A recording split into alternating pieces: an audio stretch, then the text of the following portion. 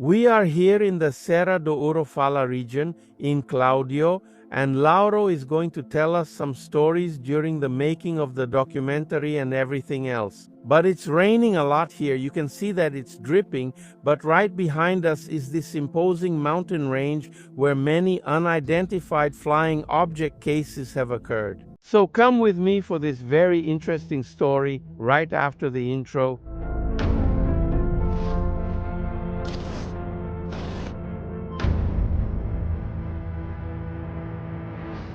So, like I told you, it's raining a lot outside, so we even decided to film here inside the car. But I wanted you to tell me those stories you mentioned on the way here, because this mountain range is really beautiful. I've never come this way before. And he was telling some very interesting stories, even mentioning people you interviewed. So, tell us a little bit about the history of Serra do Ouro, and then I want to hear that story. The one about an unidentified flying object that was filmed now in January 2026. Then you tell me that story. And if possible, on the way back, we'll try to find the person there to talk to them. Let's see, even with the rain and everything, if we're going to find them. Music. So welcome to another Pod Uber, right? Yeah, Pode Uber. Music. Well, here on the Serra do Ouro route, it's much more interesting when you're here because Edison Boaventura, who's used to dealing with these places, felt a different energy. We went up to a point and he said, man, it's different here and so on. Music. We felt a pressure in our heads. You know, it's kind of strange. I've been to a lot of places, but here it seems like there's a different energy. Music. And as you get closer, the energy gets denser like that. But it's a very powerful oratory here for the people of Claudio the Serra do Ouro speaks. So everyone knows that the Serra do Ouro has a mystery, and then each person tells a different version. Over these 5 years, researching, I've managed to collect quite a few stories, and all of them involve this mystery of this region, because this is the Ouro region. Music.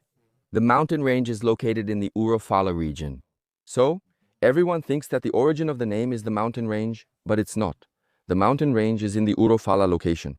That's why it's called Serra do Ouro. And then, one of the stories says that there's gold hidden up there on the mountain range. People have already found the lever, and I showed Edson the site, right? The house of 2 people who went up there, who were involved in this story. And one of these 3 gentlemen is still alive. 2 have already passed away, one outside of Claudio, the other is that site below that I mentioned, where I went up through there to the mountains, to go to the mountains.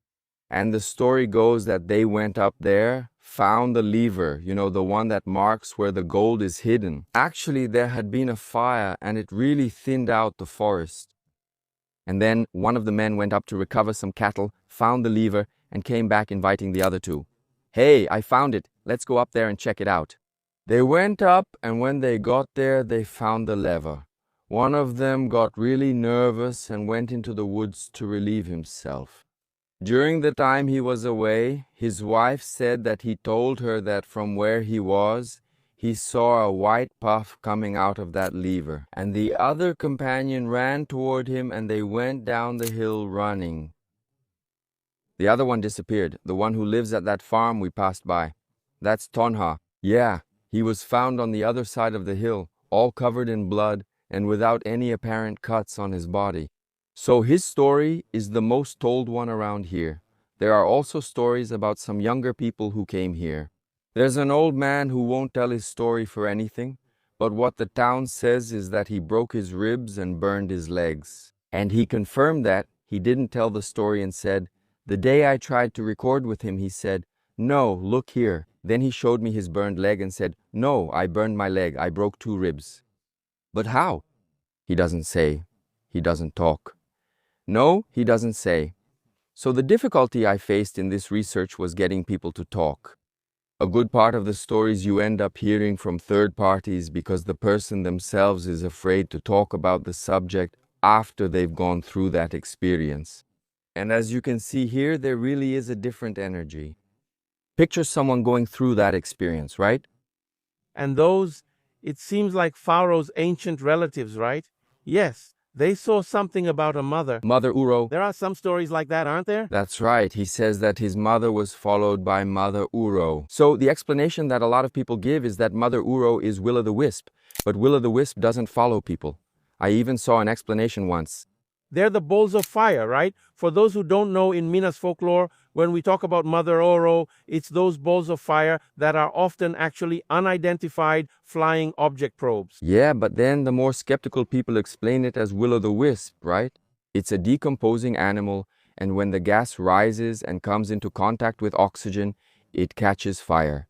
They say it follows people because when someone runs, the vacuum pulls the flame along. But that's not what people say. It's usually will-o'-the-wisp when it happens. For example, the putrefaction of a corpse in a fire. It's a bluish light. That's right. It's not red. Orange, yellow, like people have reported here in the region. That's true. Then he says that his mother was followed by the Maindu Ouro during a journey. And that's what people say. In the mountains, right? Yeah, here in the region. And there are several other stories like that here too. The son of the man who went up the mountain, his mother also said that the Maindu Ouro passed so low that it almost hit his head. So it wasn't the Starlink satellite. no, it's something else too, because people say that sometimes the contact these people had with the Maindu Ouro was a distant one. But no, it's a close contact. And then there are explanations that don't fit the reports, because if it's very close, they say it's will-o'-the-wisp. But because of the duration of the contact, the path it takes, it's not. Or Starlink, right? Meteors and stuff. Space junk. But usually that's a known trajectory from one point to another. This one is right next to it, it's not far away, it's close to the person. There are people who describe seeing Ouro land on the ground. So it's something that can't be explained. It's not folklore, right? It's about the ufological phenomenon manifesting within the culture, the history of these people here, right? Which is very old. And we saw there too, there's a lot of things made by slaves. There were slaves here in this region. And then there's the haunting. Right? The haunting and the other incident that happened here in the area too, with Pedro and Fabricio. It was the sighting they had near these walls, right? Stone ones that were built here. And they saw the first ball of light on the other side, right? And those beings that at that moment they described as beings of light, also tall. Close to these walls that were built here in the region. Of light? What? And I remember that Fabricio and Pedro, they mentioned that the light was here at Serra do Ouro Fala, and it went in their direction, which is Matias, who stays back there. Back they were there between the Matias path and the Ouro Fala. And the other interesting thing is that, once again, beings of light appeared in that region. And near the foot of the mountain, as we say, there's the farm that used to be called Ouro Fala Farm. And on this farm there was a cemetery known as the Cemetery of the Bichigentos, which was a term used for people who had smallpox. So the people who died from this illness were buried in this cemetery next to the farm. So there's a whole mystery, there's a whole energy there. Regardless of your beliefs, whether you look at it from a ufological perspective or a folkloric one, you find a place full of mystery. On this farm, they say that at the foot of the mountain in the backyard of the farm, a chest of gold was buried, and it contained nuggets, gold dust, jewelry, and silverware. Candlesticks, gold in various forms inside that chest that they called an inheritance, which was divided between two men.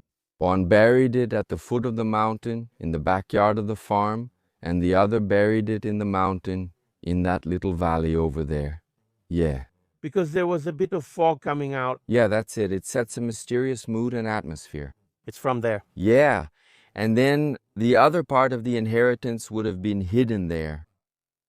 One of the owners, right, of those two men who owned this gold, he lives in Carmopolis. Actually, he used to live in Carmopolis, and the farm is still there. And the day I went to visit that farm with my wife and my uncle, as we were leaving, the car's engine broke down. I was in my father's car, and just like that, we went there, and it was the same thing. Heavy and strange energy. As you go in, there's also a stone wall built by slaves. Then there's the farm, very beautiful. We were greeted by the caretaker, who was new and didn't know the stories. We turned the car around, leaving there, and the car turned off. The engine broke down. So, mysteries that surround these places. And Did your drone crash in this mountain range too? yeah, it was the drone. And the car also lost its electrical system here. Not at this spot, right? I went on the other side of the mountain range. And then, as we were going up, the car lost its electrical system and only started working again when we got down there. That's when it gave me a start flare. Something strange is happening. During this research on that day with the car, I met a gentleman who said nothing ever happened to him, that he had already been to the mountain. Actually, I, Pharaoh, have already been up there and never saw anything or experienced anything unusual. But this gentleman said that his father was taken down from the mountain by the wind. And I said, "What do you mean the wind took him?" He said, "No, my father went up and then the wind took him and put him somewhere else. Like it was an abduction, right? In ufology, the object comes, takes the person, and then drops them somewhere else. But in his context, right, with the tools he had to explain the situation, it was the wind. So you realize that within this ufological line, we also have a lot to research, right? Because, within ufology, this would clearly be characteristic of an abduction. Being in one place and then being put somewhere else without knowing the process, of how you got there. Because the wind is kind of unlikely, right? And this case they're talking about further down there at a farm where it seems a woman filmed something in January, like now in 2020. She filmed it in December and January. Oh, it was 2 months. Yeah, the 24th and 25th, if I'm not mistaken, of December. And now, on the 16th, she sent me some videos too, which we're checking out, right, to see. Yeah, Like, not that we're suspicious of the person, right, or that the person has bad intentions, but we can be wrong, right? It could be just a misunderstanding. Yeah, it could be, but from what she describes, it's really hard for it to be a misunderstanding. Because, according to her, she sees a distant ball of light, and when that ball of light gets closer, it's really thin. It's not a ball, it's a thin light. And she said that in the early morning, these lights get close to her house, and one night, a kind of red laser beam. Through the window, through the forest outside the window, lighting things up. A scanning? Like that. Yeah, and she said that every time she tried to film when the object was the lights, right? I don't know if it's an object. The lights were closer, they would turn off. She'd turn on her phone and they'd turn off. Then she said that on one of those nights, she hid in the bathroom, saw that the light was close, turned on her phone and filmed the light. So in the video, I'll send it to you so you can put it in just to illustrate, right? Even if the story is a mistake. Yeah. The light keeps moving like this. She films that. The bathroom window with that wavy glass. So you see the light moving outside like that. And the video she takes outside the house, when the light is farther away, you can tell there's something different. But we can't really say yet if it's actually an unidentified flying object, right? Or what it is. But it's very strange, very strange. And we could try to go over there, right? To the area. Let me see if the rain is stopping here. No, it's not stopping. Do you want to show outside? Serra Duro says. It's raining a lot, right? But the fog has cleared up a bit, right, already? It stopped a little, but it's a shame, right, that it's raining. But we're here doing research, right? This is field research. You go out in the rain, right? I think Lauro must think we're a bit crazy. Not me, I'm sure. I don't just think so. If I weren't, I wouldn't be my friend. But that's how it is. If we don't take advantage and do the research, no matter what the weather is like, we're often going to miss the opportunity to learn something, right? In fact, we've been here for a few days now, right? And we've been to a bunch of places. At the place we were looking for, maybe fragments or something like that, we had to give up because the rain was really heavy, so we ran down. We had equipment and a bunch of stuff there. But yeah, it's part of our job, this kind of thing, like field work. Yeah, that's research. You know, a lot of people who don't know what research work is like will get frustrated because they think you'll go out and find something all the time. And that's not how it is, you know, guys. It would actually be strange if we found a lot of things all the time. I actually think we already find too much because when it comes to something extraordinary, it's not something trivial, you know, that you just go there and find it, go there and find it. No, it's more misses than hits. And to get it right, you know, to improve this research, this probability of success, you have to increase the number of attempts. And for that, you'll have to do it in the rain, under the sun, during the day, at night, in the cold, in the heat. And that's it. Doing this work just to share it later and still get criticized. So, what are we going to do now? We're going to keep walking to try to get to the farm, right? Where the whale is, and see if we can find her. If we find her, I'll put her statement in this video. If she's up for it, record something, tell her story. Now, if she's not there or something, the video will end here.